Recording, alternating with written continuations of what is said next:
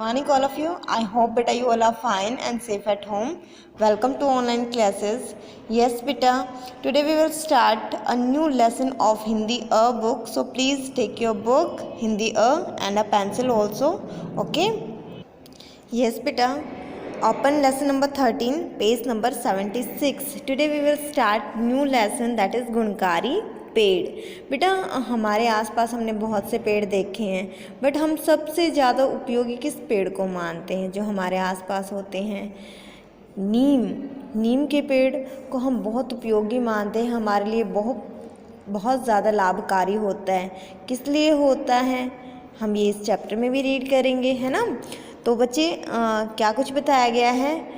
नीम भारत का एक सदाबहार पेड़ है। यह हमारे लिए हरा रहने पर भी उपयोगी है और सूख जाने पर भी उपयोगी है। कि हरा रहता तो भी उपयोगी है और सूख जाए तो भी उपयोगी है। इस कविता में नीम के पेड़ की उपयोगिता और महत्व के बारे में जानकारी दी गई है। क्या कुछ उपयोग होता है? सूखा है तो भी, हरा है तो भी हमारे लिए नीम जो है बहुत ज़्यादा उपयोगी है। Okay, so let's start. न मैं डॉक्टर, न मैं ओझा, न मैं वैद्य हकीम। नीम का पेड़ बताता है कि ना तो मैं कोई डॉक्टर हूँ, ना मैं ओझा। ओझा कौन होता है बेटा? जो जादू टोना करते हैं ना, तांत्रिक। ना मैं वैद्य, जो हमारे चिकित्सक होते हैं, ठीक है। ना मैं वैद्य हकीम, कि डॉक्टर भी नहीं हूँ, कोई तांत्रिक भी नहीं हूँ, कोई चिकित्सक भी नहीं हूँ। मैं तो केवल एक पेड़ हूँ, कि मैं सिर्फ एक पेड़ हूँ।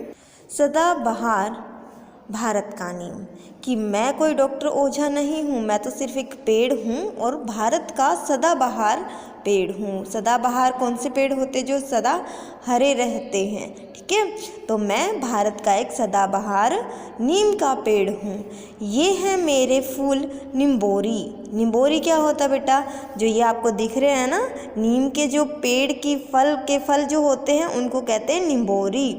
ये है मेरे फूल निम्बोरी, इनको तुम घर ले जाओ।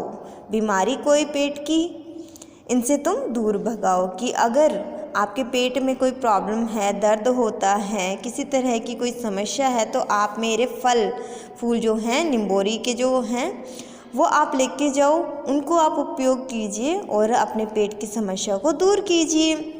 नीम निम्बोरी की गुठली से कुछ ऐसा तेल बनाएं, उसी तेल के साबुन से हम फोड़े फुंसी दूर भगाएं। कि नीम के पेड़ से, नीम की जो निम्बोरी है उसकी गुठली जो निकलती है, ऊपर का ये पार्ट हटाने के बाद इसके अंदर एक गुठली निकलती है, उसको पीस कर जब तेल निकाला जाता है, उस तेल से अगर हम साबुन बनाते हैं तो वो हमारे स्किन प्रॉब्लम के लिए काफ़ी उपयोगी है। स्किन प्रॉब्लम उनसे दूर हो जाती है, ठीक है। फोड़े फुंसियाँ दूर हो जाती हैं। मेरी सूखी पत्ती डालो, ऊनी कपड़े नाच बचा लो। अब देखो यहाँ हरियाली की बात हो रही थी, जब पेड़ हरा है तो क्या उपयोग में आता है। पर बेटा जब नीम का पेड़ सूख जाता है, जैसे सूखी पत्तियाँ उनकी होती है, तो वो ऊनी कपड़ों और अनाज, जो हमारे घर में कनक होती है ना, उनमें अगर हम कुछ नहीं डालते तो छोटे छोटे कीड़े हो जाते हैं जो उसको स्पॉइल कर देते, ख़राब कर देते, खाने लायक नहीं छोड़ते। तो जो नीम की पत्तियाँ, सूखी पत्तियाँ हैं, उनसे ऊनी कपड़े और अनाज भी हमारे बच जाते हैं। सूखी पत्ती के धुएँ से मक्खी मच्छर दूर भगा लो। अब सूखी पत्तियाँ जो हैं उससे क्या होता है, उसको जब हम जलाते हैं तो जो स्मोक होता है उससे मक्खी और मच्छर दूर हो जाते हैं। नहीं काटना मुझको तुम, मैं इतने सुख दे देता हूँ। कि मेरे को अगर काटोगे तो आपको इतने सारे लाभ कैसे होंगे, है ना। तो मुझे मत काटना, मैं आपको बहुत सारे सुख देता हूँ। सूर्य की किरणों से मिलकर हवा शुद्ध कर देता हूँ। सूर्य की जो किरणें होती है ना, उनके साथ जब उन पे नीम के पेड़ पर पड़ती हैं तो पत्तियों से वाष्प निकलती हैं और वो हवा को जो है शुद्ध कर देती हैं।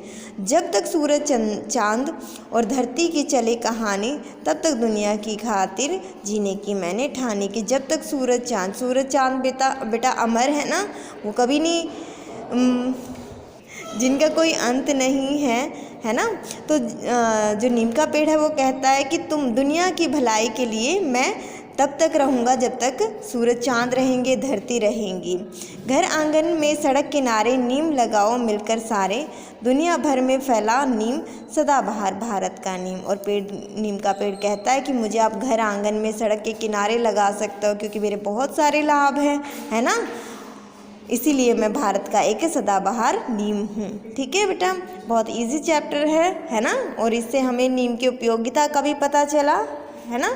सो बेटा read this chapter yourself again. Okay बच्चे, थैंक यू सो मच।